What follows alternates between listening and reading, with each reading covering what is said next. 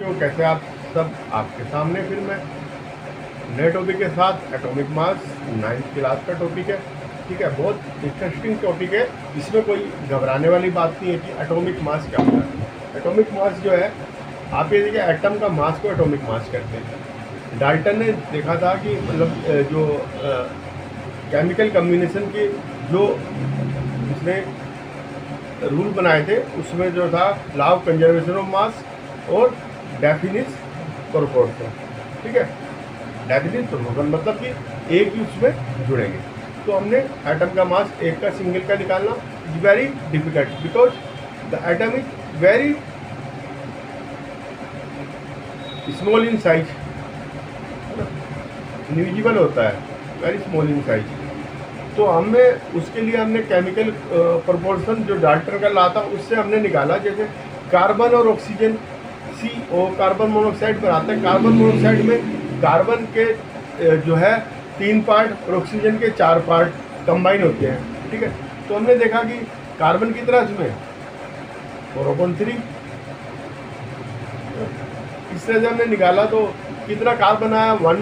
अगर कार्बन 1 है तो ऑक्सीजन 1.33 आ गया, लेकिन ये पॉइंट में आ रहा है, पॉइंट में आना चाहिए। तो हमने देखा कि एक कार्बन का जो हमने किसके थ्रू लेना चाहिए, तो ऑक्सीजन का देखा, ऑक्सीजन 16 के थ्रू लिया, क्योंकि ऑक्सीजन मोस्टली कंपाउंड बनाती है।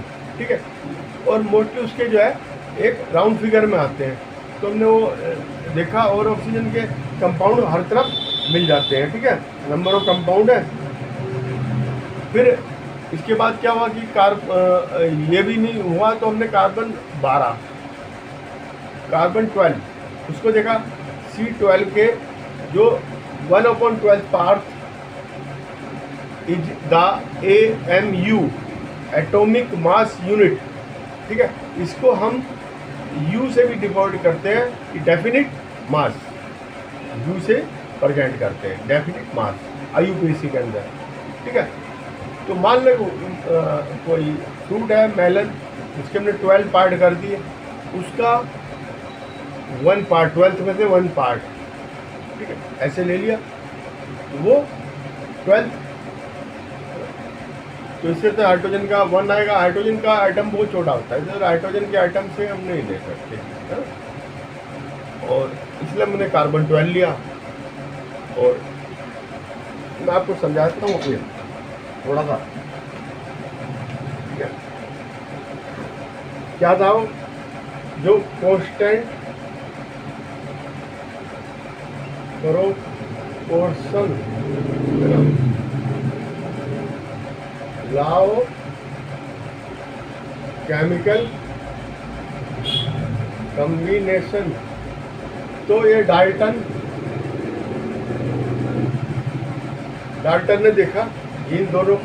ठीक है, इसने बताया कि भाई जो एटम का मास है वो नहीं हम देख सकते, है ना। एटॉमिक मास 1 एटम का निकालना बहुत मुश्किल है। तो हमने केमिकल कॉम्बिनेशन देखा, जैसे कार्बन और ऑक्सीजन 3 ग्राम ये, 4 ग्राम ये मिला। ठीक है, तो कार्बन कितना हुआ 4/3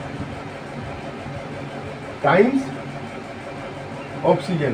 ठीक है ना, ऑक्सीजन के 4/3 पॉइंट्स हुआ। तो कार्बन कितना हुआ, अब मान लो 1 यूनिट है।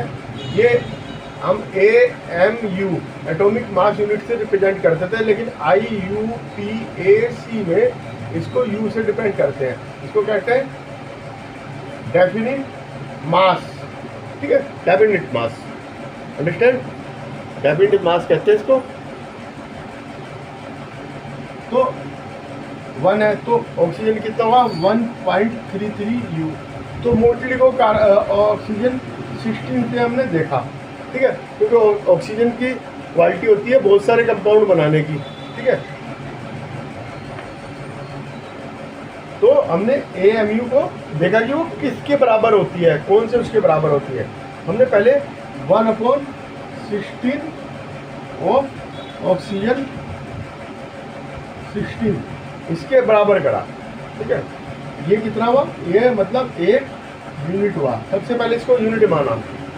ठीक है, जो कि मोस्टली पाई जाती है, और उसके जो है वो भी मोस्टली कंपाउंड पाए जाते हैं।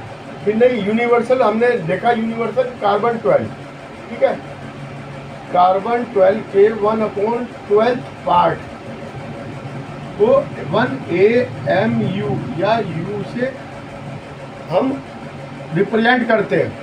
1/12, तो मान लो ये एक फ्रूट है, इसके हमने इससे कर दिए 12, तो एक हिस्सा जो हम लेंगे 1 पार्ट वो देखते हैं, 1 पार्ट ऑफ दिस फ्रूट, है ना।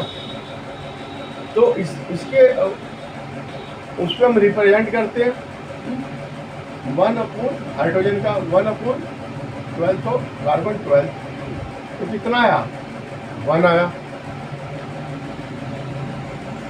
ठीक है। कार्बन का कितना आया, 12 आया। नाइट्रोजन का कितना आया, 14 आया। ऑक्सीजन 16, ठीक है। Sodium 13 and so on. Chlorine 30.55। ये 30.55 क्यों आ रहा है, क्योंकि क्लोरीन में 35 वाली भी होती है, 37 वाली भी होती है, एक रेशियो में 30-70 के रेशियो में होती है, तो उसको दोनों का एवरेज निकाल ले तो 30.55 आ जाता है, ठीक है। उसका एटॉमिक मास जो है, ये सबके मैंने आपको बता दिए, ठीक है। तो क्लोरीन का 30.55, ठीक है, ये कॉम्बिनेशन है दो का, ठीक है, इसलिए आ रहा है। आज के लिए इतना ही, और मेरे साथ इस चैनल पर बने रहिए और मेरी वीडियो देखते रहिए, सब्सक्राइब कीजिएगा, लाइक कीजिएगा, तो मेरे साथ बने रहिएगा। ओके।